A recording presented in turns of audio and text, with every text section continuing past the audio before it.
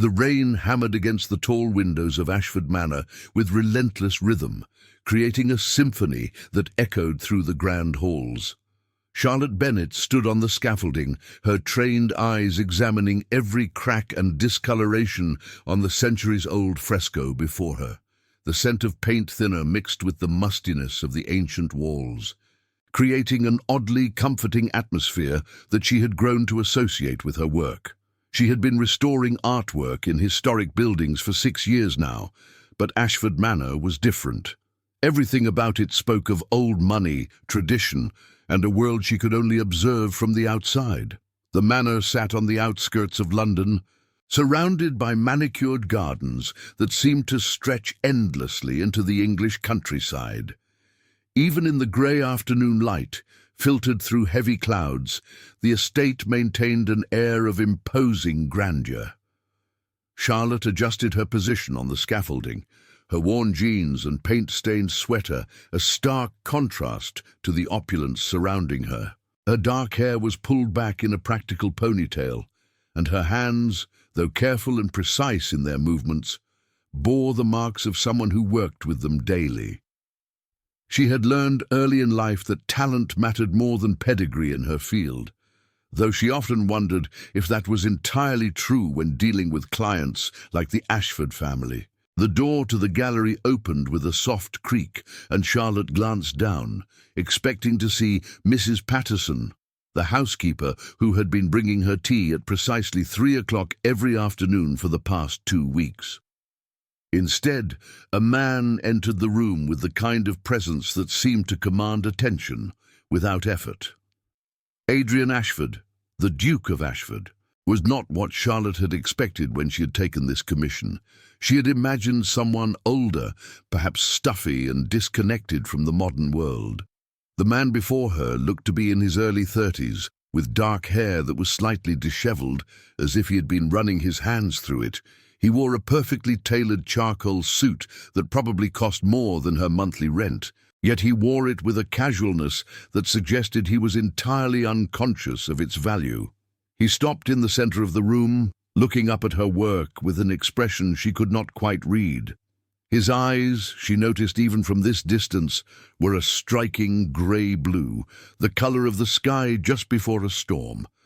"Miss Bennet," he said, his voice carrying the refined accent of someone educated at the finest institutions. "I apologize for the intrusion. I wanted to see the progress on the restoration." Charlotte descended the scaffolding with practiced ease, wiping her hands on a cloth as she reached the ground.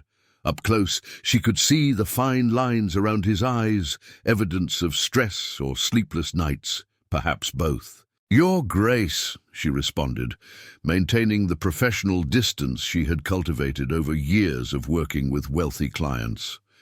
The damage was more extensive than the initial assessment suggested, particularly in the upper right quadrant.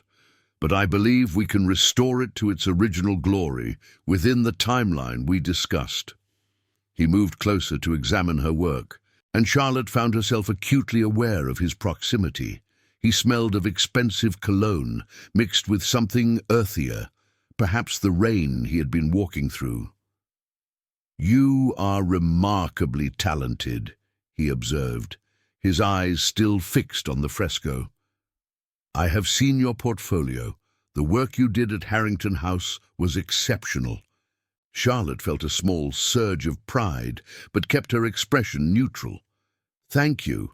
That project was particularly challenging. Water damage combined with years of improper cleaning had created multiple layers of problems." "Much like this one, I imagine," he said, finally turning to look at her directly. The intensity of his gaze was unexpected, and Charlotte found herself momentarily caught off guard. "Similar, yes," she managed, regaining her composure, "though each piece presents its own unique challenges." A silence fell between them, not entirely uncomfortable but weighted with something Charlotte could not identify. The rain continued its assault on the windows, and somewhere in the manor a clock chimed the half-hour. "Do you enjoy your work, Miss Bennet?" Adrian asked suddenly, the question seeming to surprise even him. Charlotte considered this. "I do. There is something profoundly satisfying about bringing beauty back to life, about preserving history for future generations. These pieces tell stories, and every restoration is like learning a new language." He nodded slowly, and something in his expression softened. "I understand that sentiment, perhaps more than you might think, though I suppose my preservation efforts are more about maintaining a legacy than restoring beauty." There was a weariness in his tone that Charlotte recognized. She had heard it before, in the voices of people trapped by expectations, by the weight of family history and social obligation. "The two are not mutually exclusive," she offered carefully. "Legacy and beauty, I mean. Sometimes preserving one naturally protects the other." Adrian looked at her with what might have been surprise or appreciation. She was not certain. "That is a refreshing perspective, Miss Bennet. Most people in my circle see duty and desire as opposing forces." Before Charlotte could respond, the door opened again, and Mrs. Patterson entered with the tea tray, her timing impeccable as always. The older woman's eyes widened slightly at seeing the Duke, but she recovered quickly, setting the tray down on a nearby table with practiced efficiency. "Your Grace, I did not realize you would be joining Miss Bennet. Shall I bring another cup?" Mrs. Patterson asked. "That would be kind." "Thank you," Adrian replied, and the housekeeper disappeared as quietly as she had arrived. Charlotte moved toward the tea tray, grateful for something to do with her hands. "Would you like to sit, Your Grace, unless you have other pressing matters?" "I have a meeting in an hour," he admitted, "but I find I am in no hurry to attend it. The Board of Trustees for the Family Foundation. Necessary but tedious." They settled into chairs near the window, the rain creating a curtain of grey beyond the glass. Charlotte poured the tea with steady hands, aware of the Duke's eyes on her movements. The following days fell into a pattern that Charlotte had not anticipated. Adrian would appear in the gallery at various times, sometimes in the morning when the light was strongest, other times in the late afternoon when shadows stretched across the floor. He never stayed long, but his presence had become a constant she found herself unconsciously expecting. On the 5th day of this routine, Charlotte was working on a particularly delicate section of the fresco when she heard his footsteps behind her. She had learned to recognize his gait, confident yet measured, the sound of expensive leather shoes against marble floors.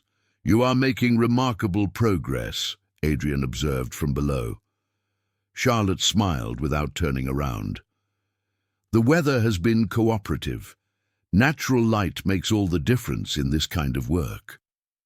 "I have always found that curious," he said, moving to stand directly beneath her scaffolding. "How dependent art restoration is on something as unpredictable as weather."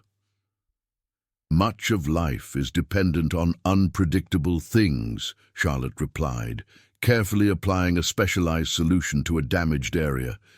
"We simply plan for what we can and adapt to the rest." She heard him chuckle softly, a sound she had come to appreciate. It was genuine, unguarded in a way that suggested he did not laugh often enough. "Spoken like someone who has learned to navigate uncertainty," he said. Charlotte paused in her work, looking down at him. "Is not that what we all do, in one way or another? Navigate uncertainty while trying to maintain some semblance of control." "Some of us have the illusion of more control than others," Adrian said, his expression thoughtful. "Though I am beginning to suspect it is precisely that, an illusion." Over the past week, their conversations had evolved from polite exchanges about the restoration to something deeper, more personal. Charlotte found herself looking forward to these moments, to the way Adrian seemed to shed his formal demeanor when they talked, revealing glimpses of the man beneath the title.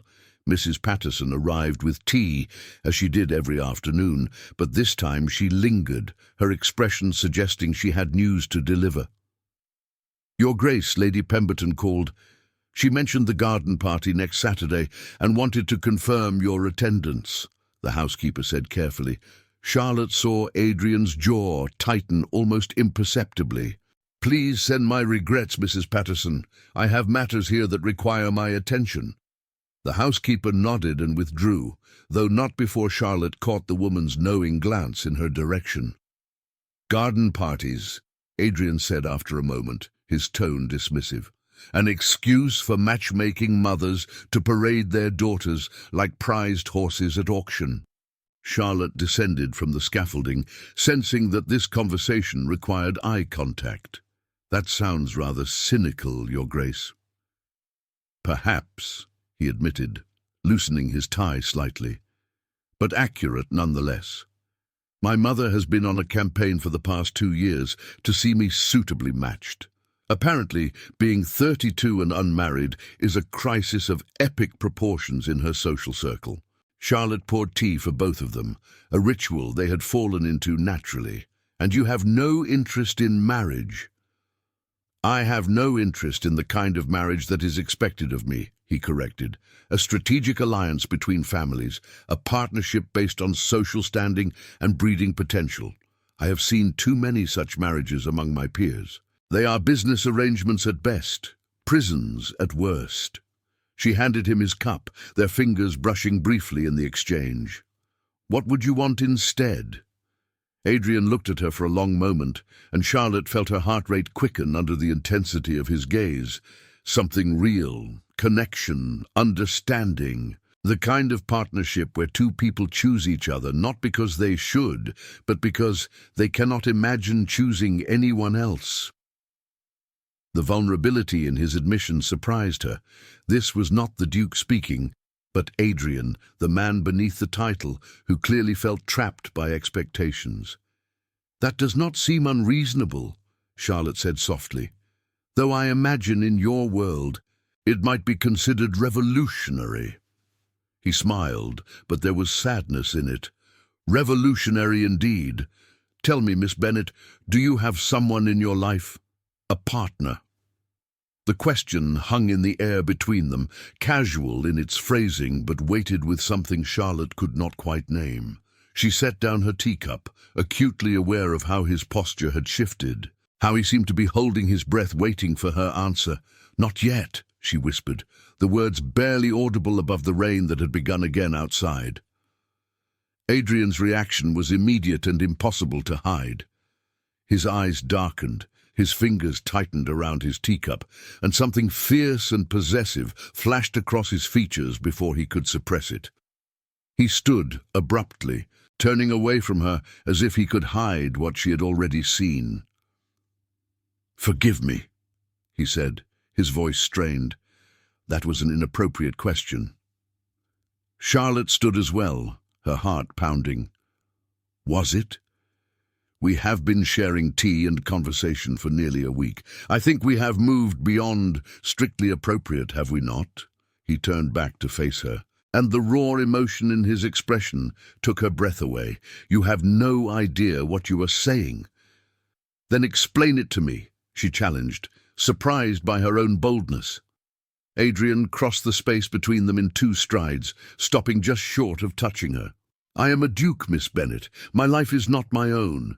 Every decision I make is scrutinized, every relationship analyzed for its benefit to the family legacy. You are brilliant and talented and refreshingly honest, and that makes you dangerous." "Dangerous to whom?" Charlotte asked, her voice steady despite her racing pulse. "To me," he admitted, "to everything I am supposed to be. Because when I look at you, I do not think about duty or legacy or appropriate matches. I think about conversations that challenge me, about laughter that sounds genuine, about someone who sees me as Adrian rather than the Duke of Ashford." Charlotte felt her breath catch. "And that frightens you?" "Terrifies me," he confirmed, "because wanting something I cannot have has always been the quickest path to misery." The revelation hung between them, like the dust motes dancing in the afternoon light. Charlotte knew she should step back. should restore the professional distance that had been eroding steadily over the past week. Instead, she held her ground, meeting Adrian's gaze with a courage she had not known she possessed. "Who says you cannot have it?" she asked quietly. Adrian laughed, but there was no humor in it. "Everyone, society, my family, the weight of 400 years of tradition. Take your pick." "And what about what you want?" Charlotte pressed. "Does that matter at all?" "What I want," Adrian said, his voice dropping to almost a whisper, "has never been the primary consideration. I was raised to understand that personal desires are secondary to family obligation. The duchy must be maintained, the legacy preserved, the appropriate alliances formed." Charlotte felt a surge of frustration on his behalf. "That sounds like a prison sentence, not a life." "Some would call it privilege," he countered, but she could hear the bitterness beneath the words. "Privilege and prison are not mutually exclusive," she replied. "You can live in a mansion and still feel trapped. You can have every material comfort and still be profoundly unhappy." Adrian moved to the window, staring out at the rain-soaked gardens. "You speak as if you understand." "I understand enough," Charlotte said, joining him at the window but maintaining a careful distance. "I grew up with very little. My father was a carpenter, my mother a schoolteacher. We lived in a small flat in Bristol, and there were times when money was tight. But I was free to choose my own path, to pursue my passion for art restoration without anyone telling me I owed it to my ancestors to do otherwise." "Freedom," Adrian said, the word tasting foreign on his tongue. "I wonder if I would even recognize it if I had it." They stood in silence for a moment, two people from completely different worlds, finding unexpected common ground in their shared understanding of limitation, though his were gilded and hers had been practical. "The jealousy I felt," Adrian said suddenly, "when you said not yet about having a partner. It was irrational and immediate and completely inappropriate given our respective positions, but it was real." Charlotte felt her pulse quicken. "Why are you telling me this?" "Because pretending otherwise seems pointless now," he replied, turning to face her. "Because you are going to be here for another month, and I cannot spend that month maintaining a facade when you have already seen through it." "What are you proposing?" Charlotte asked, though part of her was afraid of the answer. "Nothing," Adrian said, and she saw the conflict written across his features. "I am proposing nothing because there is nothing that can be proposed. You will finish your work, you will leave, and I will continue with the life that has been planned for me since birth. But for these remaining weeks, could we at least be honest with each other?" Charlotte considered this carefully. Every rational part of her mind screamed that this was dangerous territory, that getting emotionally involved with a client, especially one of Adrian's status, was professional suicide. But there was something in his eyes, a loneliness that mirrored her own, that made her throw caution aside. "Honesty, then," she agreed, "but on one condition. Which is, when we are alone like this, I am Charlotte, not Miss Bennet, and you are Adrian, not your Grace. If we are going to be honest, we need to do it as equals, not as duke and commoner." A slow smile spread across Adrian's face, transforming his features from aristocratic reserve to genuine warmth. "Charlotte," he said, testing her name on his lips, "I accept your condition." The next 2 weeks passed in a blur of restoration work and increasingly personal conversations. Adrian began spending more time in the gallery, often bringing lunch that they would share while Charlotte explained the intricacies of her work. He proved to be genuinely interested, asking questions that showed he was actually listening rather than simply making polite conversation. Charlotte learned that Adrian had studied history at Oxford, that he played piano, though he rarely had time for it anymore, and that he harbored a secret love of detective novels that he read late at night when the weight of his responsibilities kept him awake. She learned that his father had died 3 years ago, leaving him the title and all its burdens before he felt ready for them. In turn, she shared stories of her childhood, of learning to see beauty in unexpected places, of the professor who had recognized her talent and helped her secure a scholarship to art school. She told him about the first piece she had restored, a small portrait in a church basement that had been damaged by flooding, and how the satisfaction of bringing it back to life had confirmed her career path. One afternoon, as Charlotte was working on a particularly challenging section, Adrian appeared with something different from the usual tea and sandwiches. "I thought you might appreciate a change," he said, setting down a picnic basket. "The weather has cleared and the gardens are at their finest this time of year. Would you take a break and join me?" Charlotte hesitated, aware that venturing outside together felt like crossing yet another line, but the hope in his expression made her decision easy. "Give me 5 minutes to clean up," she said. They walked through the gardens in comfortable silence, following paths lined with roses that filled the air with their perfume. The rain had left everything glistening and fresh, and the sun, breaking through the clouds, created rainbows in the water droplets that clung to leaves and petals. Adrian led her to a secluded corner of the garden, where an ornate bench sat beneath a flowering magnolia tree. They settled there, and he began unpacking the basket, revealing fresh bread, cheese, fruit, and a bottle of wine. "This is lovely," Charlotte said, accepting a glass from him. "I wanted to thank you," Adrian said, his tone serious despite the pleasant setting. "For what?" "I'm simply doing the job you hired me for." "For seeing me," he replied, "for these past weeks of genuine conversation and companionship. I have not felt this much like myself in years." Charlotte felt her throat tighten with emotion. "Adrian, what happens when the restoration is finished?" "I leave in 2 weeks." His expression darkened. "I know. I have been trying not to think about it." "And we should think about it," she insisted gently, "because whatever this is between us, it exists in a bubble. Eventually, reality will intrude." "What if I do not want it to be a bubble?" Adrian asked, setting down his wineglass and turning to face her fully. "What if I want to find a way to make this real, to make it work, despite all the obstacles?" Charlotte felt her heart soar and plummet simultaneously. "How? You said yourself that your life is not your own, that every relationship is scrutinized. I am not from your world, Adrian.